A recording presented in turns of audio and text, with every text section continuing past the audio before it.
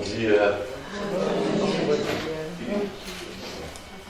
Vamos proceder à leitura dessa carta aos Efésios, que é o texto final, o quarto, se não me engano, destes encontros que temos tido nos sábados de cada mês deste segundo semestre. Então, este texto da carta aos Efésios é o fim do nosso caminho aqui, nestes 4 sábados.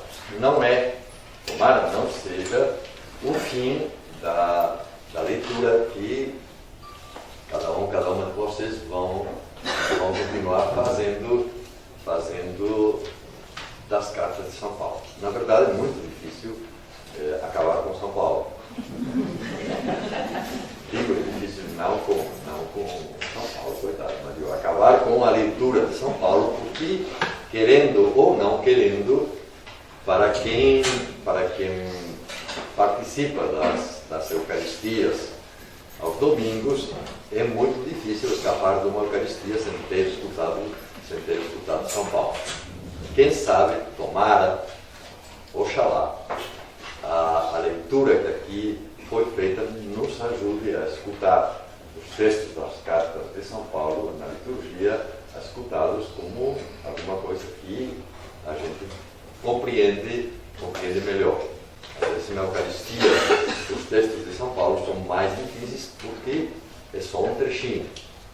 E o trechinho de São Paulo às vezes é muito complicado. Para mim é o teste do bom leitor, da boa leitora, que leia um texto da carta aos Romanos e alguém entenda o que está falando.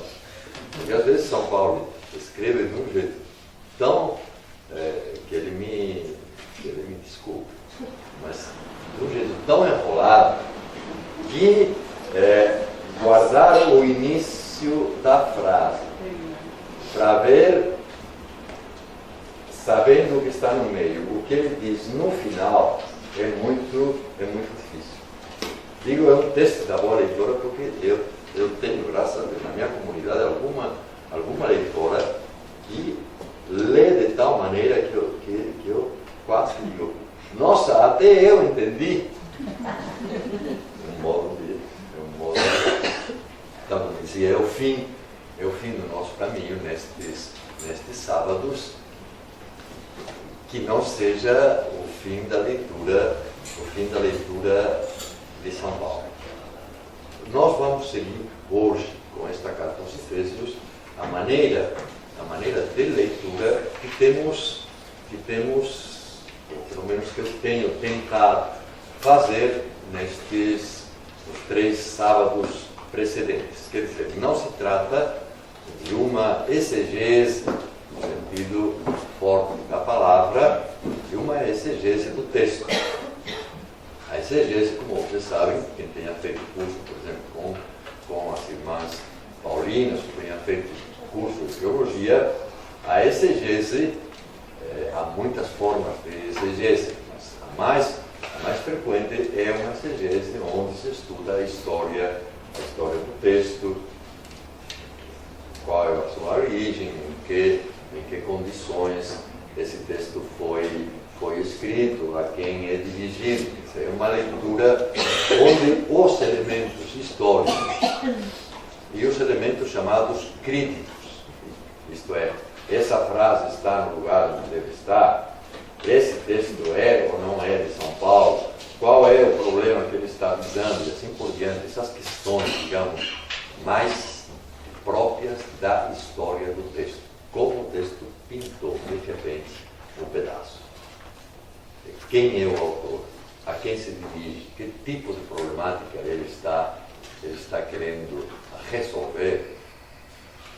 E outras 1001 perguntas que poderiam ser feitas tentam ser respondidas nesse tipo de leitura exegética. Ao pé da letra, exegese, etimologicamente, vocês sabem que como não existiam livros, os textos eram enrolados. Até hoje nas sinagogas a Bíblia está em 2 grandes rolos. Exegese é desenrolar. Está vendo? Exegese. Desenrola o texto.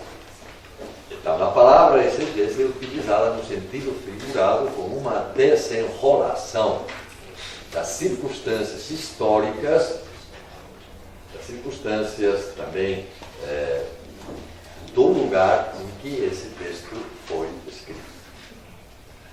Há uma outra leitura mais antiga, mais clássica, que pretende fazer a hermenêutica ou a interpretação do texto.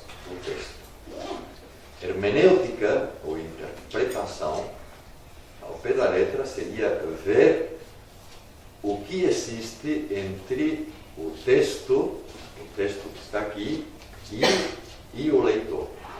Ou de que maneira se faz uma ponte entre o texto e o leitor, para que o sentido do texto circule do texto para você, de você para o texto. É o chamado círculo hermenêutico, o círculo da interpretação. Quanto mais compreendo o texto, mais posso me compreender a mim mesmo.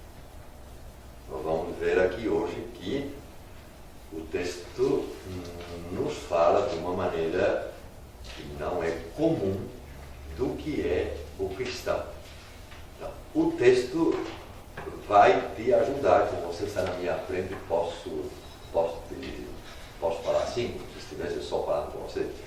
Então, lendo o texto te manda uma série de palavras que vão te ajudar a compreender melhor o sentido da tua vida, tal como São Paulo vê a vida do cristão.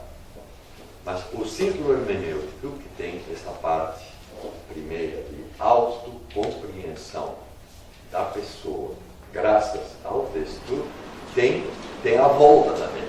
Senão não seria um círculo, seria só uma ponte com uma direção, ou um viaduto que só tem uma direção. É círculo por quê? Porque na medida em que você se compreende melhor a você mesmo, tem capacidade também para compreender melhor o texto. Então, o texto me ajuda a me compreender. Na medida em que me compreendo melhor, graças ao texto, acontece que tenho possibilidade de compreender melhor o texto.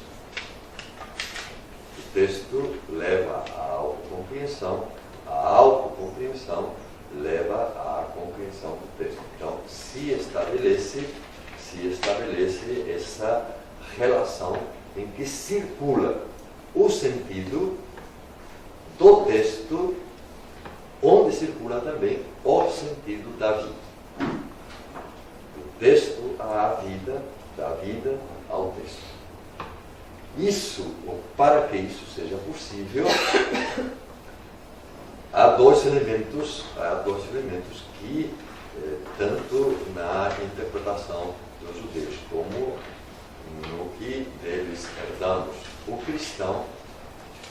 cristãos são muito importantes. Essa circulação do sentido do texto para o sentido da vida, do sentido da vida para o sentido do texto, só é possível na medida em que o leitor se apropria do texto. Não posso ler o texto para que aconteça essa circulação do sentido sem me apropriar. Apropriar no sentido de que o texto diz algo, ou vejo o texto como algo que é próprio meu, que é para mim e que acaba sendo meu.